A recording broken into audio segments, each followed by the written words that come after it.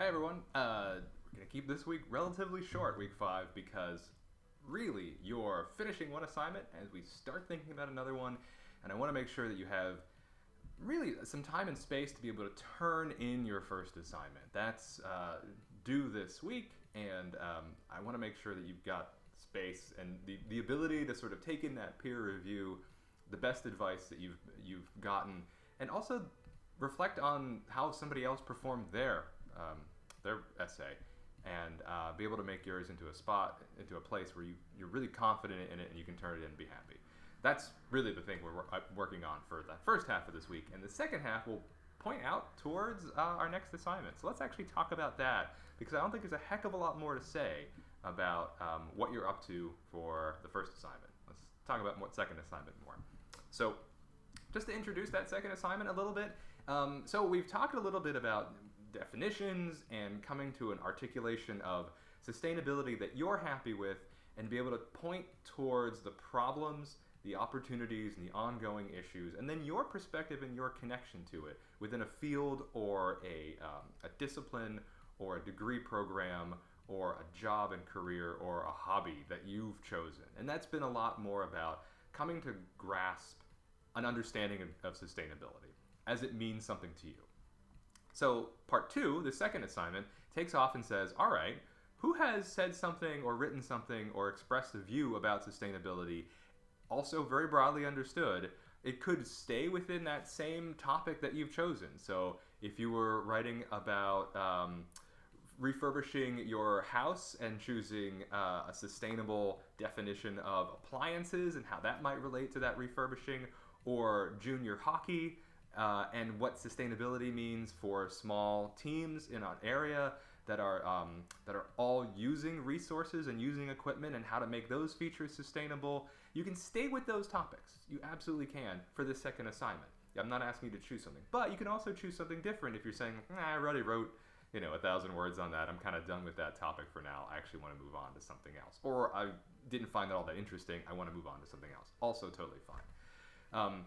But you're going to find an argument about sustainability, broadly understood, that you disagree with, and you're going to disagree with it. And ultimately, that's going to involve two main features, and we're going to talk about this for the next couple of weeks. And some of the discussion board posts will get into this in a little bit more detail. I'm going to ask you to, one, disagree with the point that person is making.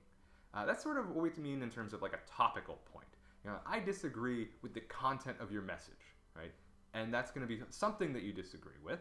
But there's also going to be a second half to that, and that is, I'm also going to disagree with how you're making your message. So it's not just the what, it's also the how. And in the how is going to be kind of interesting. It's also a more difficult thing to do. It's not just saying, I don't like your point. I disagree with how you've made your point, and I think the way you've argued is also faulty. And that's trickier, right? That's really pointing out not just sort of like, I don't like what you said, I don't like how you said it.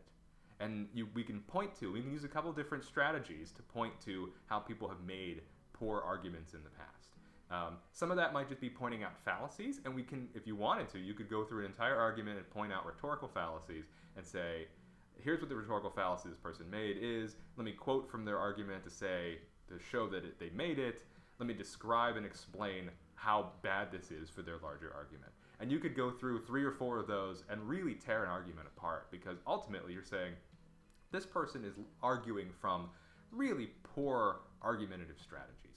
So that's what I mean by saying, looking at this argument that we disagree with, and we're not going to just disagree with it, we're also going to disagree with how they made it too. So that's really, and check out that assignment. So we're calling it the Arguing Sustainability assignment. That's our next major sort of paper. And we're going to work on that for the next few weeks. There's also a discussion board post.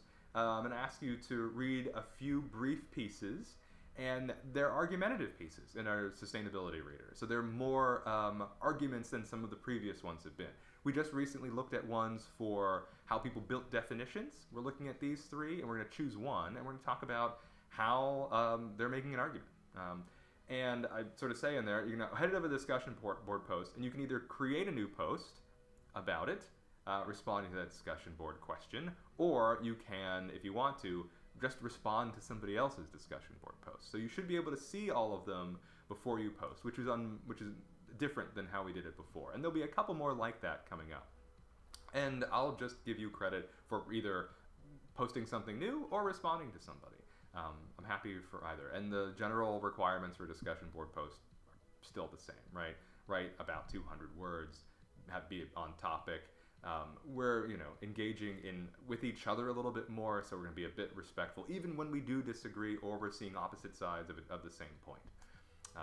And that's really the bulk of stuff. Get your first assignment in, start thinking about this second assignment, do that one discussion board post, and that's due at the end of the week.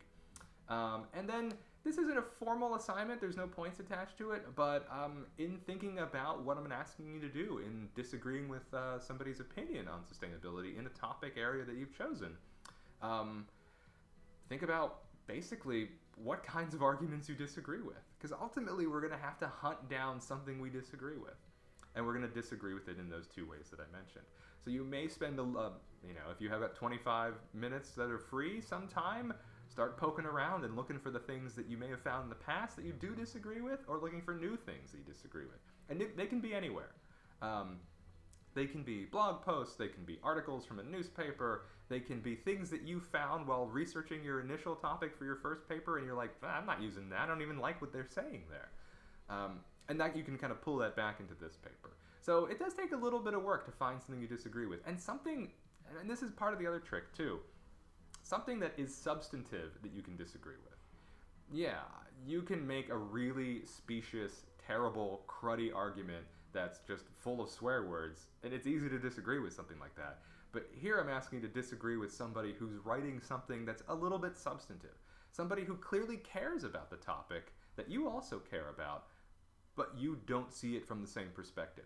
And you also don't have to 100% hate everything they say.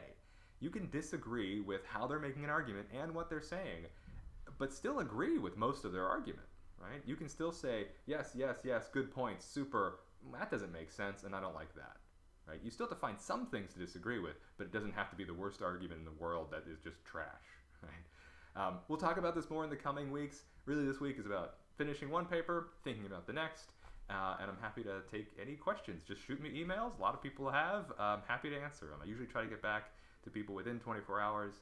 And as I'm grading and looking at your most recent essay, I'm gonna use that rubric that was posted, and I try to get them back within a week. If it's 8 days or 9 days, that's usually cool. You'll definitely get it back before you start the next project.